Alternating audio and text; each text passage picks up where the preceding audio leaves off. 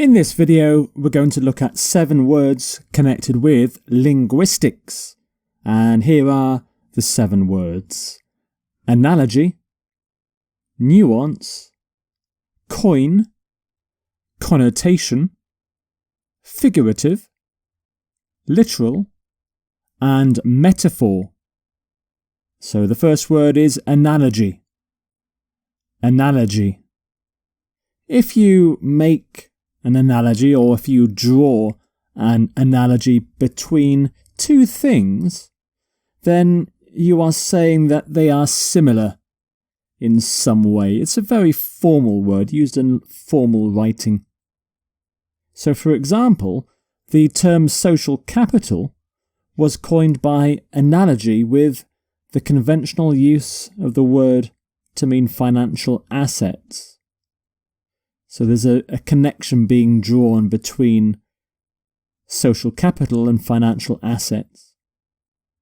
You can make an analogy between the courses of the planets and 2 trains travelling in the same direction. So if you want to explain to somebody the movement of the planets, you can use an example of 2 trains moving.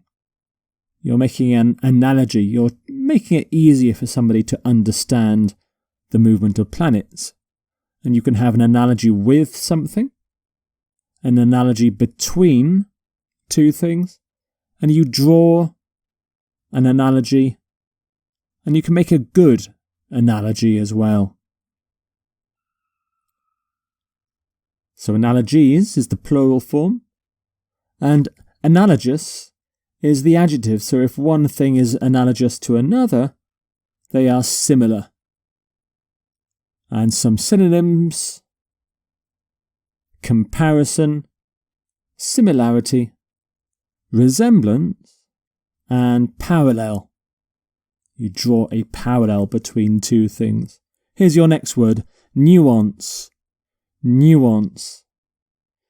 A nuance is a very small difference in the sound, the feeling, the appearance, or the meaning of something. It's a very subtle, very small difference. For example, the girl on the left is giving a very subtle message to the girl on the right. She's whispering. She's giving a nuanced view, a nuanced impression of something. We can use our eyes and facial expressions to communicate every subtle nuance of emotion there is. So if you raise your eyebrows, you're conveying surprise. It's a subtle nuance of meaning. If you read the Quran in translation, you miss the nuances of the original language. So translations of texts tend to miss the nuances of the original texts. So you can have a subtle nuance. This is a very common collocation with a nuance. You can have a nuance of language. You can understand a nuance. You can appreciate a nuance. And some synonyms: subtlety, hint. And the next phrase, coin. Coin. Now, of course, a coin is a piece of metal, which is money, but as a verb, if you coin something, if you coin a phrase, or if you coin a word, then you're the first person to say it. And here's a poet from maybe hundreds of years ago in the forests writing a poem, and she's the first person to coin a phrase. She's making something up. She coined the term virtual reality and pioneered its early development. Simone de Beauvoir first coined the phrase women's liberation in her book The Second Sex. So she was the first person to make the phrase, to invent the phrase women's liberation. So she coined a phrase. You can coin a word, and something can be coined by, so coin a phrase by, coined by. First coined. Shakespeare first coined lots of different phrases and words. And it's a verb, so coins, coined, coining as well. And some synonyms for coin: create, invent, come up with. And the next word is connotation. Connotation. The connotations of a particular word or name are the ideas or qualities which it makes you think of. Makes you think of ideas and qualities. So, for example, in Norse mythology, the Vikings, hell is the realm of the dead. But the name doesn't carry the negative connotations which Christianity later placed on it. So in Christianity, hell is a bad place. It has negative connotations. Urchin, with its connotation of mischievousness, may not be a particularly apt word. So the word urchin usually means a kind of homeless child, especially a boy, who maybe steals things. So it has a connotation of mischievousness. The words suggest something. They have a deeper meaning. You can have a negative connotation of a word. Sexual connotation. So connotation of a word, connotation of a term. And it's a noun, so connotations. Negative connotations. And some synonyms: association, meaning, overtone, undertone. And the next word is figurative. Figurative.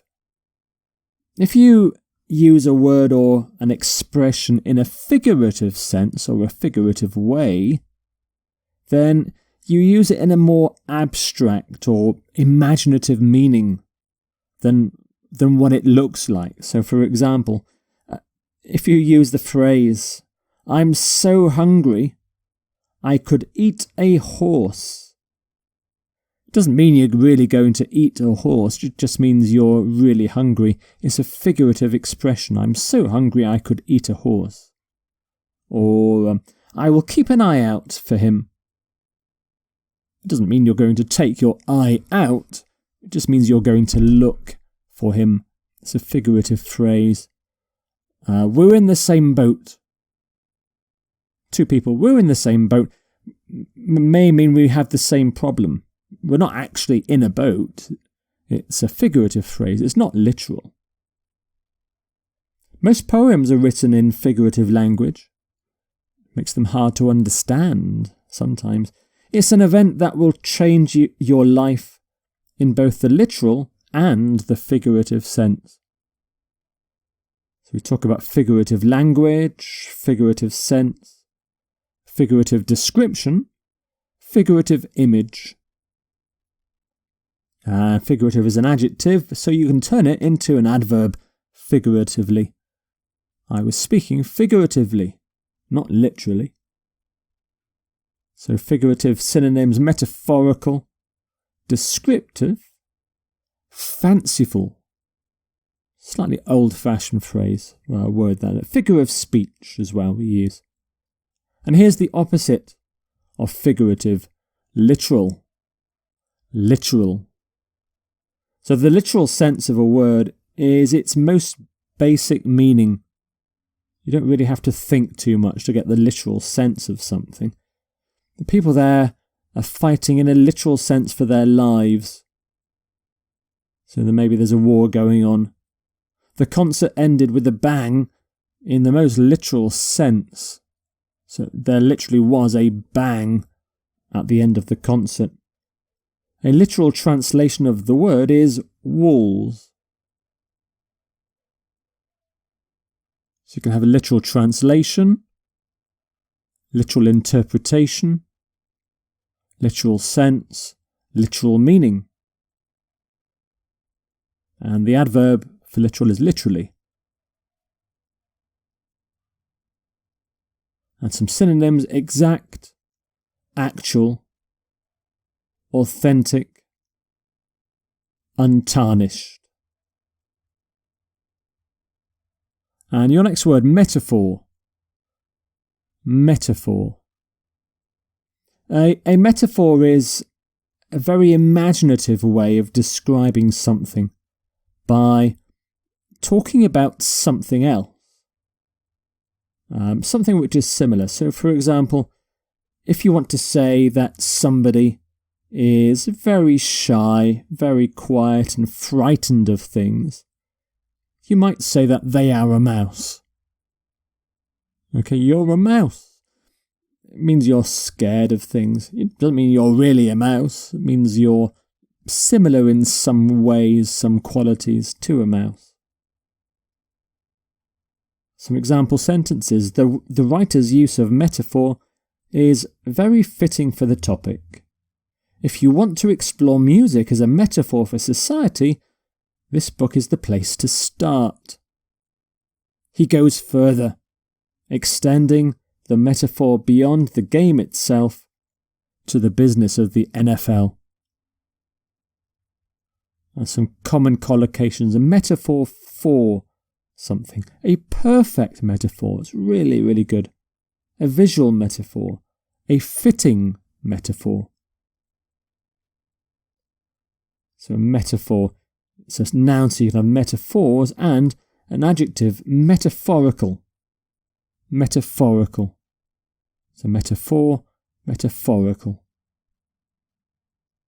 Some synonyms, analogy, image, symbol, allegory.